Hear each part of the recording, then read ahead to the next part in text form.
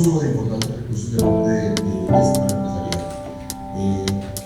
Al doctor Carlos Mario Spagliari, coordinador técnico del ARL de Sura, la doctora Tatiana Garcés, socia directora. Quisiera ir de una vez a la conversación y la discusión, no sin antes de nuevo agradecerles a los panelistas por acompañarnos.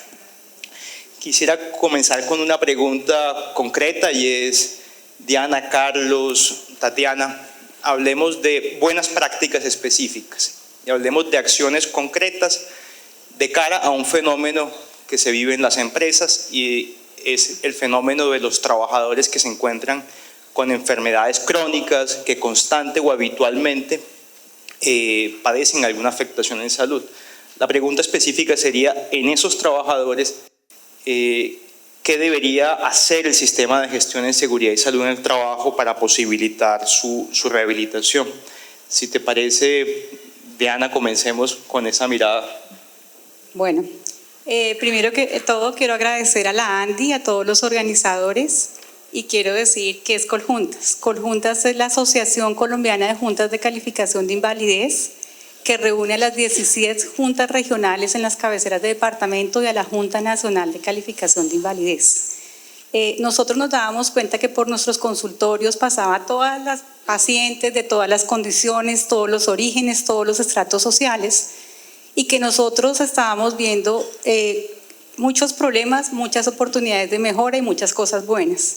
Decidimos con nuestro propio dinero hacer esta asociación para generar investigación, para hacer estos conversatorios, para poder decirle a la gente que hacemos las juntas, porque había mucho desconocimiento, tanto a empresarios, sindicatos, gremios científicos, académicos, y ayudar a hacer propuestas para mejoramiento de la seguridad social, no solamente a nivel decreto, resolución, sino tema legislativo, y hemos sido invitados al Congreso de la República para proponer mejoras. Ya sabiendo que es Coljuntas y que estoy representando a todos mis compañeros de las juntas que están asociados, que es el 80% de los miembros, quiero decir que las condiciones crónicas de salud, pues nos va a pasar a todos, o sea, todos vamos a tener en un momento hipertensión, diabetes, obesidad, osteoartrosis, artritis reumatoidea. Eso no quiere decir que no seamos personas productivas, eso no quiere decir que necesitemos una incapacidad, y eso quiere decir que nosotros como país, no solamente los empresarios, sino también el sistema de salud, los gobernantes tenemos que hacer algo porque nos estamos envejeciendo y vamos a tener cada vez más condiciones. Yo lo he dicho en otros escenarios en la consultoría que hice para la ANDI y la OIT, que lo que estoy diciendo acá lo estoy diciendo de manera académica. Estoy sintiendo que estamos dejando solos al empresario y los trabajadores con el problema y le estamos diciendo, allá hay un sistema de gestión, allá usted mire esa enfermedad crónica que hace, porque el trabajo es allá ese mundo, y ese mundo le toca a usted empleador, trabajador y ARL, y la ARL le está diciendo, yo solamente cubro los riesgos laborales. Entonces, ¿quién va a ayudar y asesorar al empleador trabajador a poderme mantener productivo a pesar de tener una condición crónica? Entonces, buenas prácticas implica también una interacción con los otros, con las EPS y las ARLs, implica que yo en mis sistemas de gestión incluya prevención de discapacidad para trabajar. O sea, así como yo hago sistemas de gestión para que no se me enfermen por ruido, por riesgo psicosocial, yo tenga todos los trabajadores que tengan condiciones crónicas para hacer sistemas de vigilancia y medición y hacer intervenciones tempranas para que no se incapaciten, ¿sí? Entonces, eso está escrito en un documento de la ANDI y la OIT, cómo se hace. Sería una buena práctica que lo puedan revisar, ellos lo tienen. Y otra cosa es, se sale de las manos, las EPS no están haciendo adecuada rehabilitación, recomendaciones, y eso sí ya se sale de la esfera que no es de lo que podemos hacer a nivel meso, sí es macro, pero acá nos está escuchando el viceministro y la directora de riesgos, que es un llamado a que trabajemos en asocio con el sistema de salud. Y quiero decir una cosa, estábamos trabajando una resolución, decreto de rehabilitación entre los dos ministerios. Nos habían convocado a todos los gremios, sindicatos, empresarios. Nuestro sueño era que saliera qué debía hacer las EPS, que las ARLs, que los empresarios, que los trabajadores. Y por una razón que desconocemos, la sacaron solamente segmentada, solo riesgos laborales, el 16 de junio para terminar. Entonces yo decía, muy chévere, pero eso ya lo venimos haciendo. Las ARL son las que hacen más rehabilitación, más reintegro. ¿Y dónde está el sistema de salud? Entonces, sí es un llamado al viceministro para que retomemos esto que estábamos haciendo y las EPS hagan conceptos, hagan recomendaciones basadas en medición de desempeño, con instrumentos de rehabilitación clínica que no le toca hacerlo a los empresarios, pero que se beneficiarían mucho si le dan ese insumo y si hacemos ese decreto conjunto entre riesgos laborales, Ministerio de Trabajo y Sistema de Salud, y hacemos este llamado. Muchas gracias. Gracias, Diana. Carlos, Diana mencionaba mucho la ARL. ¿Cuál es la función allí? Gracias, buenos días para todos. Y yo pienso y los quiero invitar a que veamos las cosas distinto. Yo utilizo mucho en mis clases una frase, y todos los que han sido alumnos míos, que aquí hay varios, me han escuchado la frase de Marilyn Ferguson que dice: si seguimos creyendo en lo que siempre hemos creído, seguiremos pensando en lo que siempre hemos pensado, seguiremos haciendo lo que siempre hemos hecho y seguiremos obteniendo lo que siempre hemos obtenido. Aquí mi invitación también es que hagamos un alto y tengamos lecturas con propósito y acciones con propósito. Y parte de esto, más allá de lo que la ARL como tal actúa o hace, es nosotros debemos entender que el sistema, si bien tanto hoy las EPS y las ARLs, evidentemente frente a todo lo que estamos hablando, tienen un papel importante, cada uno de nosotros debe asumir su responsabilidad directa frente a lo que está haciendo y de lo que está interviniendo. En mi concepto, el tema de accidentalidad o el tema de ausentismo, si bien tiene un gran componente del sistema de seguridad social, nosotros debemos ahondar un poquitico más en las causas como tal. Debemos entender que probablemente el problema está más allá de simple y llanamente del sistema de seguridad social, y es muy probable que yo tenga que revisar qué es lo que yo estoy haciendo para la intervención.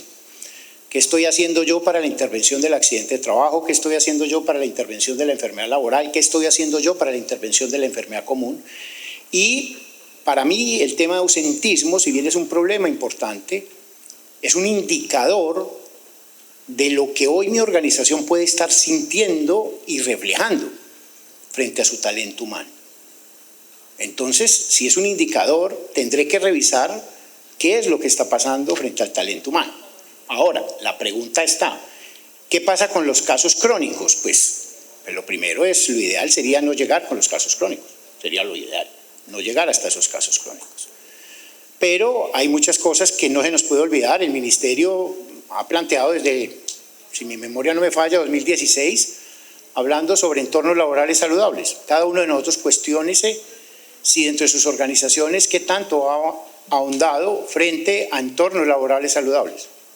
Hablemos de las ARLs y pues, evidentemente lo planteo desde la mía, donde mis últimos 27 años de vida he venido trabajando. Hemos venido hablando sobre entornos laborales saludables, pero cada uno preguntémonos qué tanto hemos apropiado frente a entornos laborales saludables. Ahorita nos lo contaban en los acuerdos 155 y 187, entornos laborales saludables. Por eso mi invitación es, apropiémonos, replanteemos, cuestionemos y ajustemos lo que tengamos que hacer para realmente tener lecturas con propósito de hacer entornos laborales saludables. Y para cerrar, la mejor manera es trabajar con el ejemplo. Y yo pienso que ahí tenemos todavía mucho que hacer, mucho que apropiarnos, mucho que manejar. Evidentemente lo que dice la doctora Diana es clarísimo. Y yo pienso que si bien, y al menos mi lectura frente a lo que hoy hablamos sobre el tema de reincorporación, sobre todo este tema, si bien está muy del alcance de la ARL, pues en mis conversaciones con las empresas es, ¿por qué no lo hace igual con la EPS? Con casos de enfermedad común. Entendamos que no es el por qué, porque el por qué puede ser la resolución 3050. El para qué es qué. Entonces, esa es mi invitación. Gracias, Tatiana, desde la mirada y la consultoría que tienes. Bueno, muy buenos días. Gracias a Andy y a todos los organizadores por la invitación. Yo empezaría por hacer una reflexión, y es que cuando uno mira la norma del sistema de gestión de seguridad y salud en el trabajo, encuentra pues que el actor principal de ese sistema es la empresa, como bien lo anotaba la doctora Diana. Y claro, ahí de ladito le dan unas funciones a la ARL y a la EPS. Y como lo decía Alberto, nuestra misión para poder realmente gestionar la salud y la seguridad en el trabajo y generar un entorno de trabajo saludable, debemos ir más allá, debemos trabajar en la prevención y debemos hacer una cosa integrada. Porque, ¿qué pasa? Que si yo mando al trabajador al médico y la EPS no lo atiende, pues la cosa se va a volver más compleja. Si el señor tiene que hacerse un tratamiento que envuelve unas operaciones y unas fisioterapias, pero el sistema no lo atiende, pues yo desde el sistema de gestión y seguridad en el trabajo tampoco voy a poder resolver el tema. Entonces, para mí el tema debería mirarse integralmente, entendiendo primero que debemos ser proactivos. Proactividad es el nombre del juego. No podemos ser pasivos, no podemos dejar las cosas como desarticuladas porque estamos llenos de todo lo que tenemos por esta desarticulación. Y de otro lado, pues tenemos que ser corresponsables, y de ahí la virtud el 30-50, que nos dice qué responsabilidades o qué tareas debe cumplir, qué derechos tiene cada una de las partes, la empresa, el trabajador, la ARL, la EPS. Y como bien lo anotaba el doctor Carlos Mario, pues infortunadamente, y lo decía la doctora Diana, no sabemos por qué dejaron por fuera a la EPS, porque es que la gente puede empezar con una enfermedad común que degenera en una enfermedad laboral, o al contrario, o sea, al final, si las cosas no se tratan y se dejan desarticuladas, pues la gente no se va a mejorar. Entonces debemos trabajar en la prevención de esa salud para no tener que llegar a un tema donde ya todo se nos complica y el sistema tiene que asumir mucho más dinero o resulta más costosa la enfermedad y vienen los problemas de no tener dónde ponerlo. Entonces, pues hay cosas tan sencillas como reubicar al trabajador, sí, darle su incapacidad, pero son cosas más complejas que generan todos estos temas que muy bien nos mostraba el CESLA en todos sus estudios juiciosos de estadísticas que han recopilado. En ese punto, Tatiana, planteas una mirada integral y en ese sentido, Diana, la pregunta que me surge es: ¿cuál debería ser el comportamiento concreto del empleador con las EPS y con las ARL? ¿Deberían apoyar las gestiones que haga el trabajador? ¿Qué tipo de relacionamiento debe tener la empresa empleadora con la EPS y la ARL a la que se encuentren afiliados los trabajadores? Yo sí creo, y lo he dicho en todos los escenarios académicos, que el empleador no puede ser alguien pasivo, sino debe ser un facilitador en esos procesos ante las EPS y las ARLs. Así como cuando se van a pensionar los trabajadores y las empresas contratan una firma de consultoría para decirles cómo es el proceso y cómo se van a pensionar, deberían asesorar más en los procesos, porque mucha gente no sabe cómo son, es complejo y no se sabe.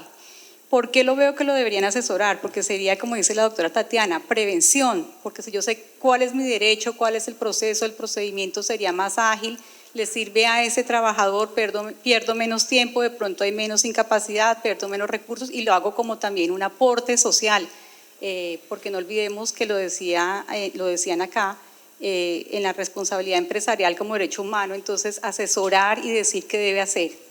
Es irónico, pero la gente a veces no sabe los derechos que tiene, las empresas no saben, y las empresas piensan que no son activos en todos esos procesos, no solo de incapacidad, sino de calificación de pérdida de capacidad laboral, y tienen el derecho y está legalmente establecido, y los invito a leer una directriz de la Junta Nacional que encontrarán en la página web juntanacional.co del 2021, donde le decimos a todos los actores, todos son responsables en los procesos, tanto de calificación de origen, de pérdida, y ustedes pueden aportar, y les damos ejemplos en esa directriz. Eso fue hecho para las juntas regionales, pero también con destino a todos ustedes, los empresarios, los líderes de seguridad y salud en el trabajo, para que sientan que no es que no me toca, sino que es un deber y que nos facilitaría mucho a nosotros como seguridad social que ustedes aportaran, asesoraran y apoyaran a sus empleadores.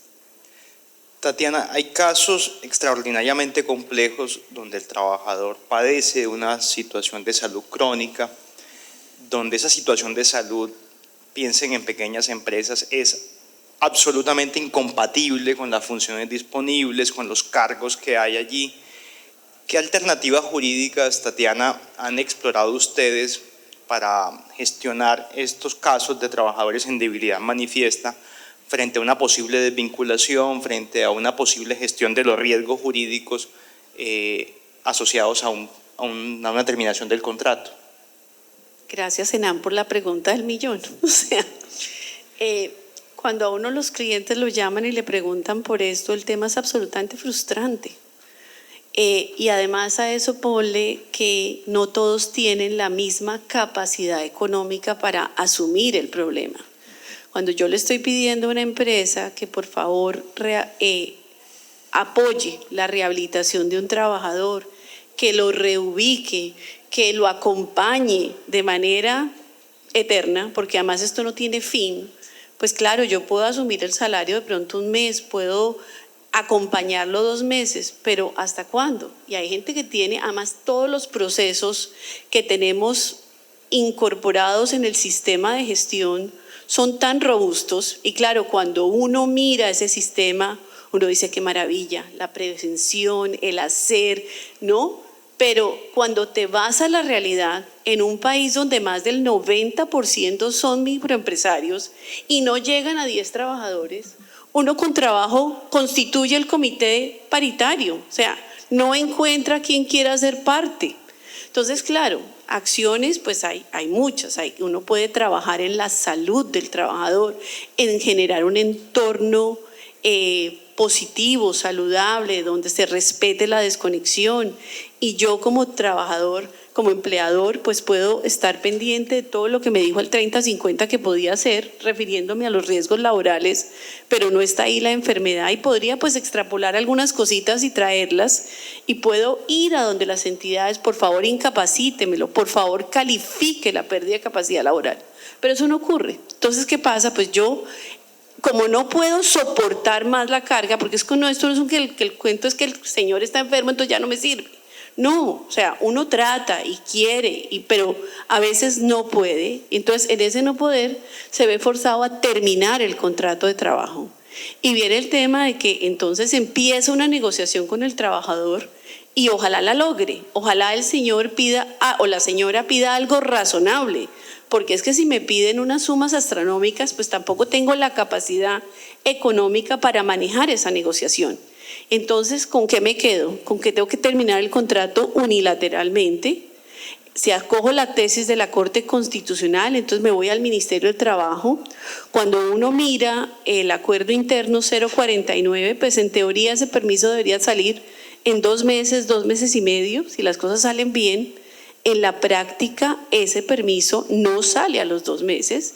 Muchas veces te lo niegan, no hay uniformidad de criterios en el ministerio, a pesar de lo bien intencionado que está la circular interna, donde se establecen plazos, qué se debe dar, cuándo no, cuándo hay causal objetivo, cuándo hay pérdida, incompatibilidad, pero eso en la vida práctica no ocurre. Entonces yo me quedo con una inseguridad jurídica bárbara, porque el día que le termino el contrato, si logro probarle al juez de primera instancia y de segunda que efectivamente el señor ya no tiene capacidad, competencia para realizar su trabajo, y hago todo ese proceso, llego a que la Corte Constitucional deja sin efecto todo lo que pasó en la Corte en la Corte Suprema de Justicia, y entonces pues no. Caótico. Entonces realmente da mucho dolor. Y pues para contestar la pregunta más a fondo, lo que hacemos en el día a día es mirar caso por caso qué es lo que realmente está pasando, cuál es realmente esa pérdida de capacidad laboral, si realmente hay una barrera para el trabajo, porque es que tenemos casos donde nuestros cortes constitucionales protegen a la señora. Yo soy hipotensa, Me tomo mi pastillita todas las mañanas y no me pasa nada. Y manejo estrés, ese es mi trabajo, resolver problemas. Pero yo puedo ir a la oficina a trabajar perfectamente. Pero cuando uno se va a la historia de todos los reinstalados, entonces le dan, y hay enfermedades crónicas. Tener hipertensión es crónico, los diabetes son crónicos. O sea, hay enfermedades catastróficas y ruinosas que no te impiden hacer tu trabajo. Pero esto no se está teniendo en cuenta. No se mira cuál es tu capacidad y tu trabajo, sino que de una vez todo el mundo tiene protección. Entonces quedas en una situación de indefensión muy complicada. Entonces lamento decirles que solución no hay.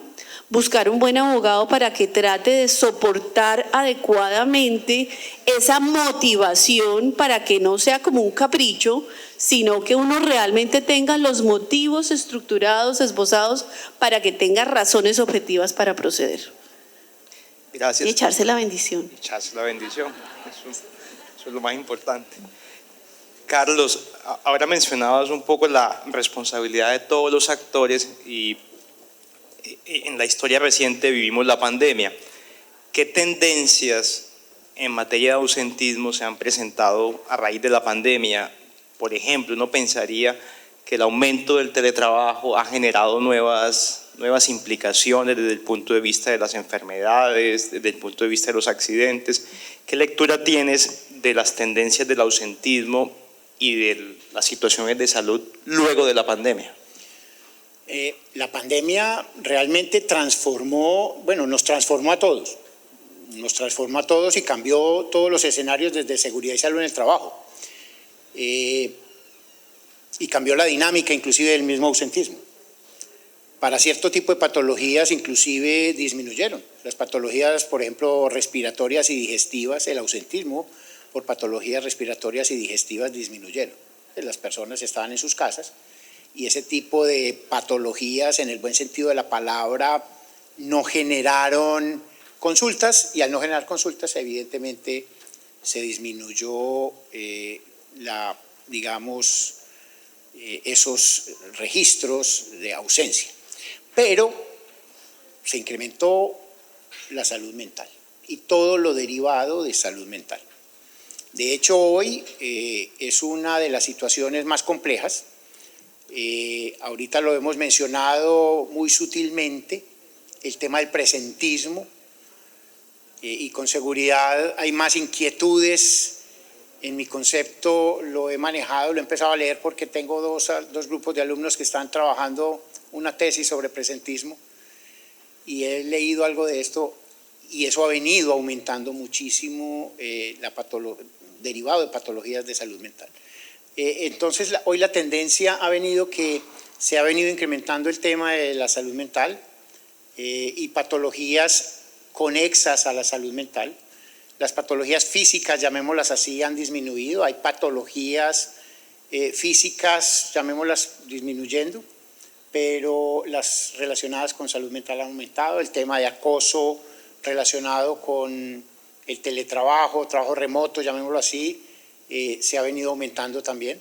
Ha habido casos complejos, difíciles, y yo creo que es como lo que se ha venido presentando. De hecho, en algo que estuvimos mirando, comparativamente 2021 con lo que llevamos de 2022, ha habido una disminución en el tema de ausentismo.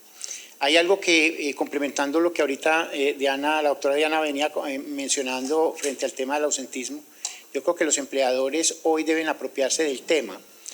Implica, que quería reforzarlo y me acabo de acordar, las empresas deben conocer el ausentismo, no todas lo conocen, no saben del ausentismo. No saben cuándo le rechazan una incapacidad, no tienen claridad cómo cobrarlas, no saben documentar el ausentismo.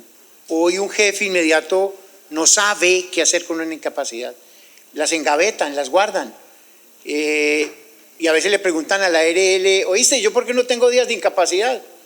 Y lo digo porque para nosotros es con cierta frecuencia y casi la pregunta es, ¿y usted las ha cobrado, las ha presentado? Y a veces no lo tienen tan claro. Y en enfermedad común casi que ocurre también con mucha frecuencia.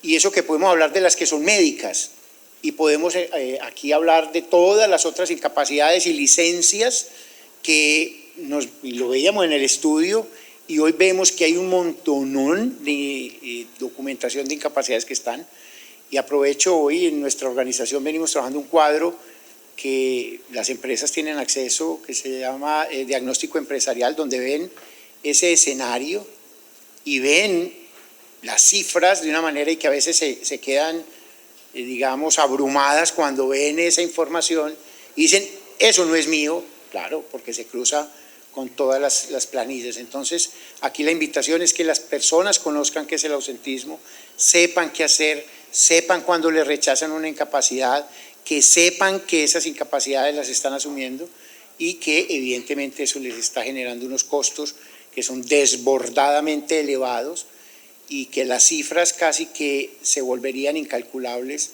más allá de las cifras que hoy vimos que son desbordadamente elevadas.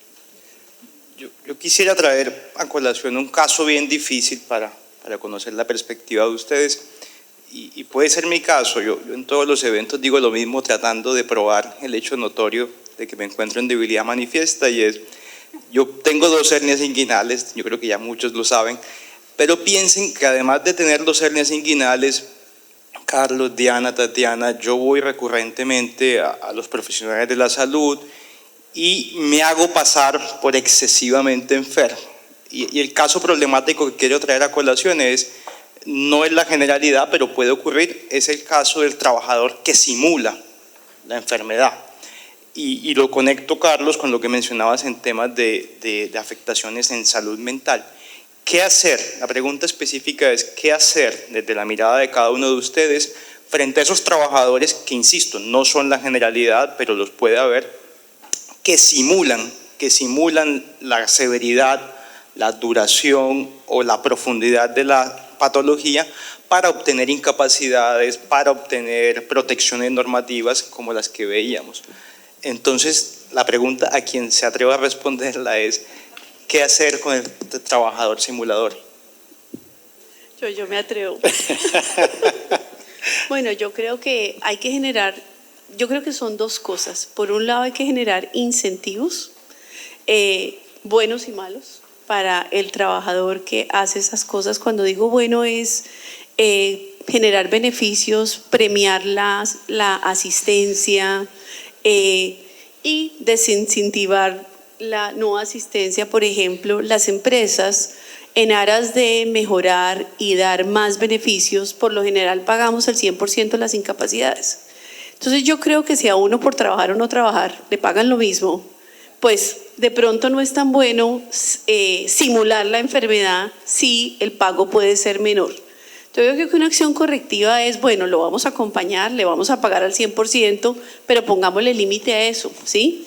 Si yo tal vez lo hago hasta por 2 meses, la persona también tiene el incentivo. Ahí hay 2 incentivos para cuidarse, para no enfermarse, para poder asistir y para poder ganar el sueldo al 100%. Y ya con el simulador, yo creo que toca ponerle investigador, suena horrible, pero hemos sabido de compañías donde se han gastado una plata importante en verificar las incapacidades. Eso significa tener un recurso adicional para llamar a verificar si la incapacidad es o no es, si la ARL expidió 5 días o 50 y cosas de ese tipo, porque se presentan adulteraciones de los documentos, hacerles investigaciones, llamar a los consultorios médicos y preguntar, hacer reportes a las autoridades, porque yo creo que y no es un secreto, esa voz es que hay una mafia, a uno le venden la incapacidad médica dicen que por 50.000, otros que por 200, que por 300.000. Yo he llegado a la conclusión que puede ser según el lugar geográfico, pero claramente en el país no vale lo mismo. Entonces, si la persona que está dentro de esa red y un médico que se atreve a expedir una incapacidad con alguna ligereza, si él siente que está aquí, que lo están mirando, que lo están vigilando, tal vez ya lo va a hacer de manera menos o no se va a prestar al juego. Creo que también lo que hablaba Carlos, hay que remitir las incapacidades para que se puedan hacer los seguimientos, para que se puedan buscar soluciones entre ARL y EPS, porque es que normalmente está desarticulado, como lo decía al comienzo. documentar las cosas. Los empleadores no documentan las cosas y entonces lo llaman a uno, doctor, imagínese que llevo un mes sin venir, bueno, ¿y dónde está? Ah, no, llama todos los días al jefe. Entonces, si las cosas no se documentan y no se hacen los seguimientos y se dejan las constancias, es muy difícil. Yo creo que dejaría ahí. Y yo te digo de último, yo tengo una que ha funcionado. Yo mencionaría dos cosas y insisto en tener como información. Los invito a que recordemos dos normas. Ahorita la mencionamos, la 3050 habla del abuso del derecho. El decreto único de salud, no se nos puede olvidar. El decreto 760 también, que es el decreto único de salud, habla por allá en algunos de sus artículos, en la gran cantidad de articulados sobre el abuso del trabajador cuando evidentemente se pueden dar esas situaciones particulares, que además son muy frecuentes.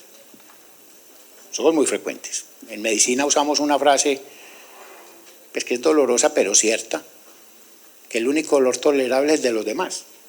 Entonces a mí me dicen que me duele y yo le tengo que creer, pues. Pero se va mucho el abuso del derecho frente a esas circunstancias. Y va muy de la mano entonces con que también, lo mencionaban en el transcurso de la mañana, en algo que tradicionalmente las organizaciones no aplican mucho y es clarificarle a todos los trabajadores y a todos, y cuando digo trabajadores somos todos, los deberes y los derechos.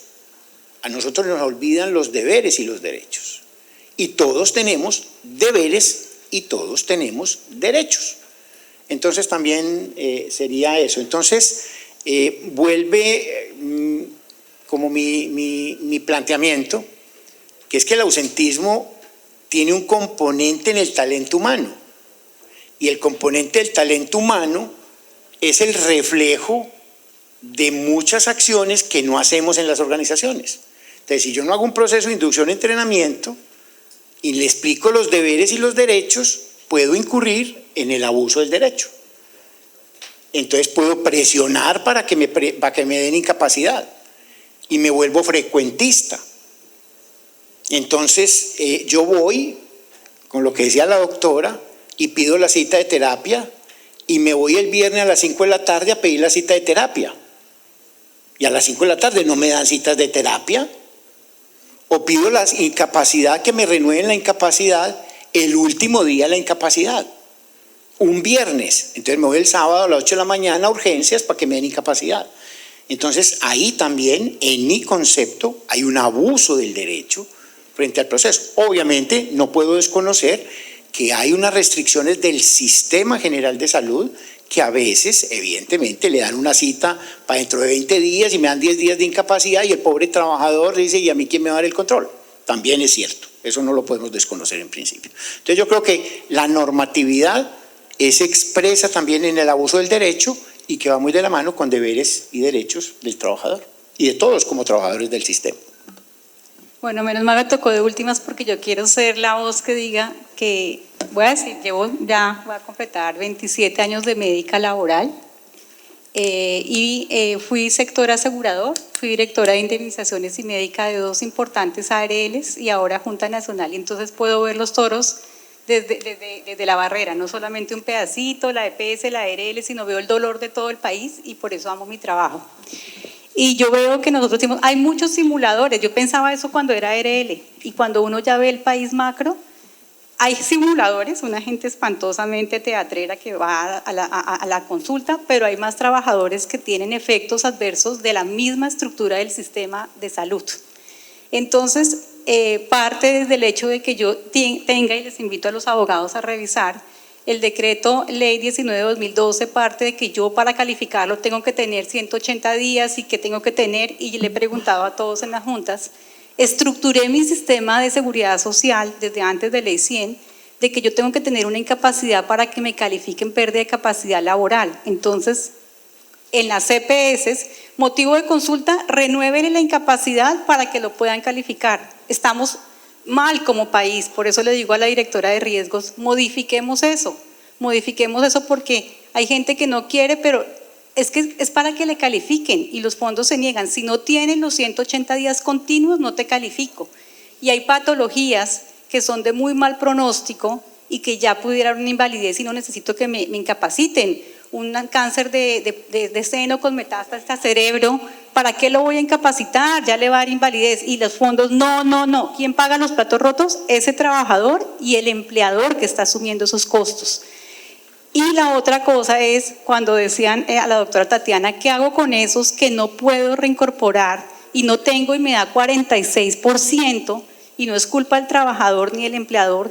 Nosotros nos hemos dado cuenta en las juntas que el manual de calificación actual fue muy bueno, lo hicimos con la Universidad Nacional, no salió sino después de 5, lo hicimos en el 2010 y salió en el 2015, bueno, pero ya lo vivimos, lo implementamos y ya sabemos que tenemos vacíos, sobre todo en la medición del desempeño ocupacional y laboral y el porcentaje que estamos dando. Entonces ya sabemos que hay trabajadores que yo sé que son inválidos y por ese instrumento no me están dando invalidez y me quedan en un 46%. No porque yo sea tan mala los doctores de la Junta, sino porque el instrumento es así y si no lo hago así me demandan, porque a nosotros nos pueden demandar ante un juez laboral, que no ocurre en otros países, contra mi patrimonio.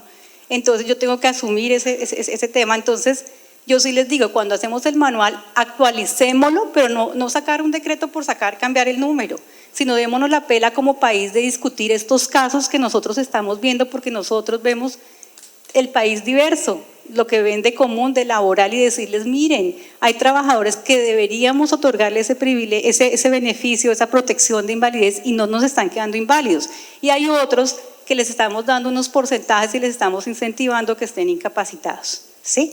Y a la respuesta que deberíamos hacer cuando tengo un trabajador simulador, yo cuando fui sector asegurador se utilizaba pedir autorización para que lo filmaran.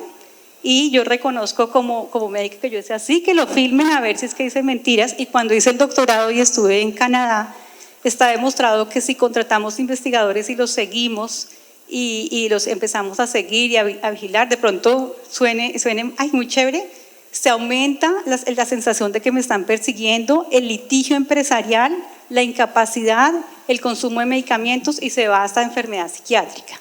Entonces, eso que en un pasado de mi vida, porque afortunadamente puedo decir, he transitado y he aprendido y he cambiado, y como lo chévere de esto es cambiar mi perspectiva cuando estudio y cuando veo otra visión, no funciona de acuerdo a la evidencia científica. Y lo que sí sugiero es que como uno se puede equivocar, puede ser que sí sea simulador o puede ser que no, hay pruebas de desempeño ocupacional y laboral hechas por médicos, terapeutas, psicólogos, donde yo puedo medir la habilidad para hacer una actividad, si puede o no hacer un match con el trabajo. Eso también está en el documento de consultoría de la ANDI.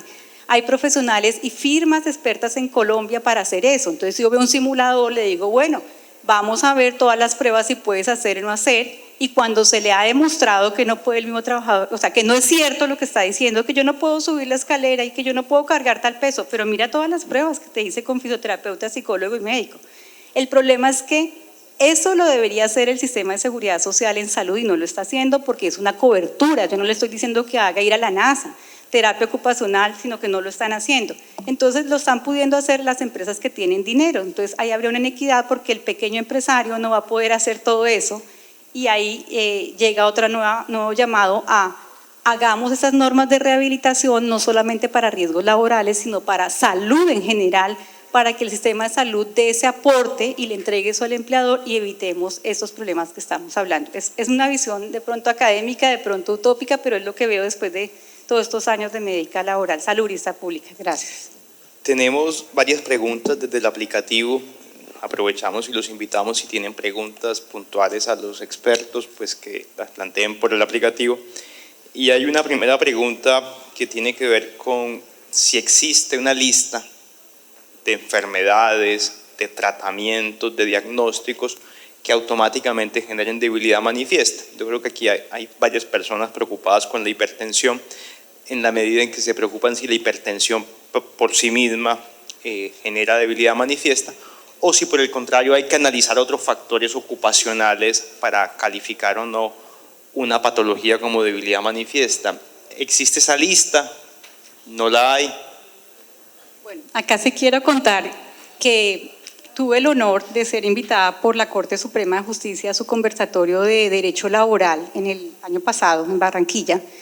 Y fue un escenario hermoso porque estaba la Corte Constitucional, la Corte Suprema, y nos invitaron a la Academia de los Médicos para hablar de lo que expusieron. ¿Qué es debilidad manifiesta? ¿Se requiere un porcentaje, sí o no? Y yo voy a decir que yo considero que, primero que todo, una condición de salud no necesariamente me va a dar discapacidad, no necesariamente es debilidad manifiesta, pero la Corte en sus sentencias dice, márqueme crónica degenerativa y congénita. Y yo con todo respeto le decía a la Corte, eso no quiere decir de que usted tenga una condición de salud, que tenga una debilidad, pero como se ha hecho esa línea jurisprudencial, entonces yo con todo respeto le decía a la Corte Constitucional, nos está haciendo un daño al país, porque le está cerrando las puertas a los trabajadores que por solo tener hipertensión, yo creo que si acá miran quién tiene hipertensión o gastritis o artritis o artrosis, pues todos, medio porque ya todos somos acá más de 30 años, entonces todos tendríamos debilidad manifiesta. Entonces si uno va a un examen de ingreso, la empresa dice, no, yo a usted no lo contrato, entonces nos estamos viendo abocados a que yo diga mentiras en el examen de ingreso y el tema ético de médico que le digo, me dicen en la consulta en la Junta Nacional, yo no digo nada porque no me contratan, ¿sí? Entonces, para mí no hay listas, para mí debería ser más consonante entre el tema técnico de rehabilitación, de productividad, de lo que le estamos diciendo, digamos, humildemente los académicos del mundo de la salud a las Cortes, porque creo que eso le está cerrando muchas puertas a los trabajadores y eso hace un llamado. Y pues ahí empezaron esos conversatorios, seguirán, y por eso veo que ya va cambiando un poquito la Corte Constitucional en su última sentencia. Gracias. Entonces, si alguno quiera aportar. Pero lista sí hay, doctora, ¿o no?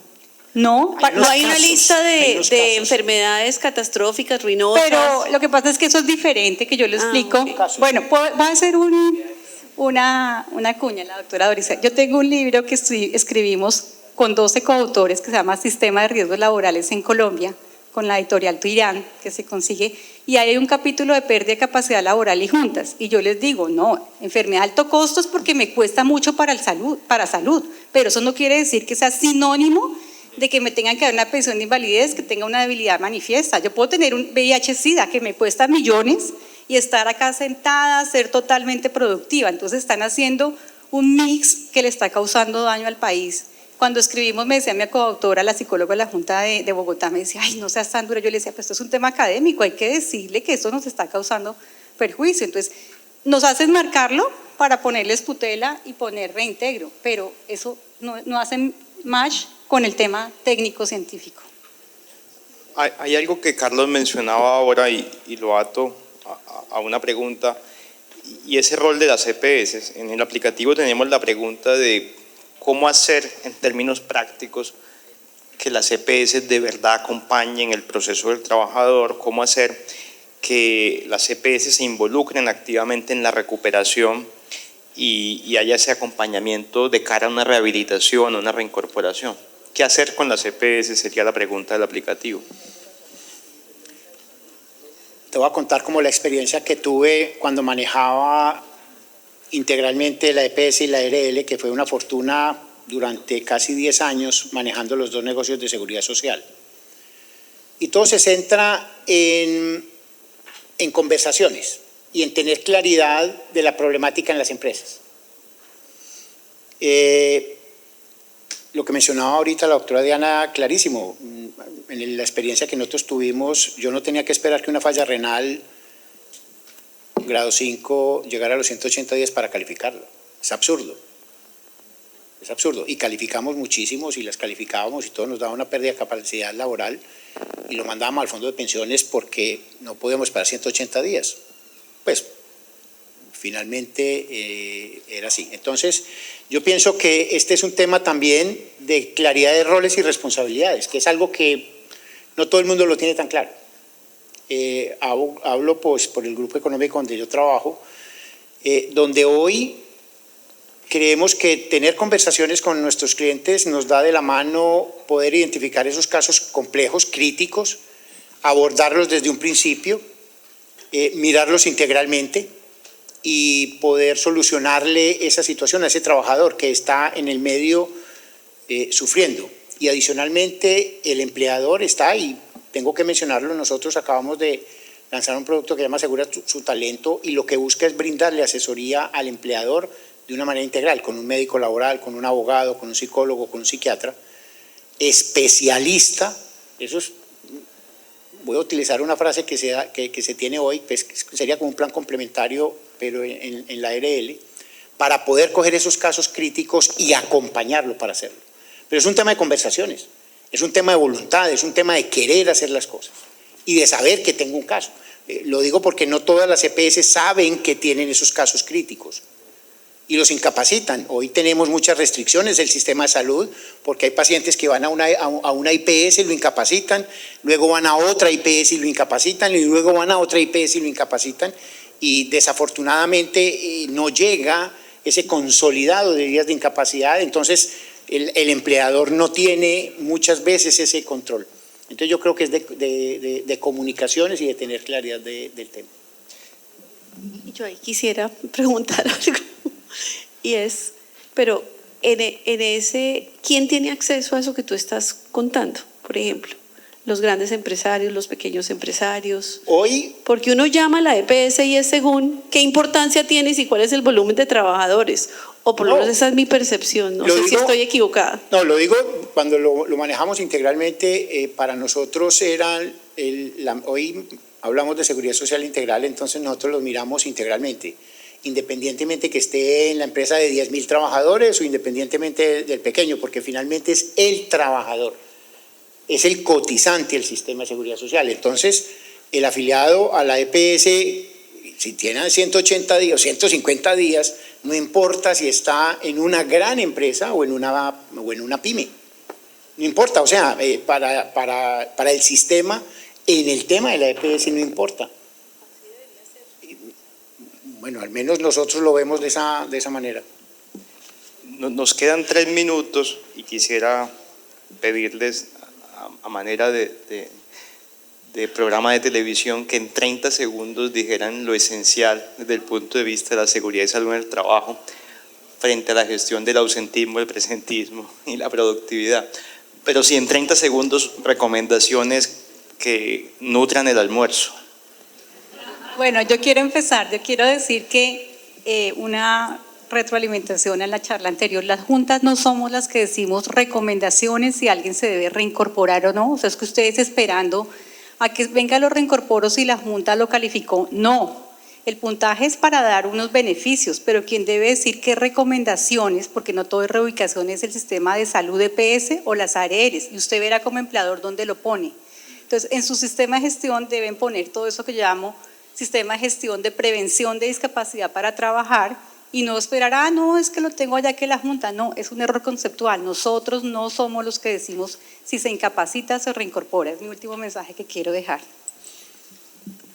Mi mensaje es: el ausentismo es una problemática grave para las organizaciones hoy en día, que hoy está establecido en el decreto único 1072, donde me menciona específicamente que se debe gestionar como riesgo expresado el accidente de trabajo, la enfermedad laboral y la enfermedad común, como una obligación expresa para el empleador, que las ARL y las EPS son actores importantes, mas no el causante total del problema del ausentismo, y que debo hacer un análisis más profundo y que en esencia está centrado en tener conversaciones diferentes con los diferentes actores, inclusive al interior mío como organización, frente a todo mi componente de talento humano. Analizar esa vertical, analizar ese contexto de talento humano completo, porque es que a veces pensamos que talento humano solo es las personas, es mirar todo mi proceso de talento humano también para analizar qué está pasando en mi organización. Y que las ARL y las EPS les pueden ayudar muchísimas cosas, sin ser las originarias del problema de ausentismo. Yo hablaría de prevención y de educación a los trabajadores para que podamos lograr pasar del papel a la acción y que las personas realmente se cuiden y nosotros como empleadores tengamos ese entorno de trabajo seguro por el que estamos todos acá, o sea, yo creo que nadie quiere que la gente se enferme, que todos queremos el bienestar de la colectividad y la capacidad de trabajar. Entonces sí hay que hacer tareas, pero no solos. O sea, ahí también creo mandar un mensaje claro, y es que los diferentes actores que están llamados a apoyar hagan la tarea, porque yo sí tengo la visión, de pronto de manera equivocada, que no siempre uno encuentra el apoyo que necesita, y que si uno no tiene gente gestionando las incapacidades, el médico haciendo la tarea de ver cómo lo rehabilita, y es que no todo el mundo tiene esos recursos. Entonces creo que el sistema es demasiado asimétrico, por llamarlo de alguna manera. Muchas gracias, Diana, Tatiana, Carlos, a ustedes, y estamos también disponibles si quieren conversar con nosotros en un espacio por fuera. De nuevo, mil gracias. Muchísimas gracias a todos los que participaron en este segmento.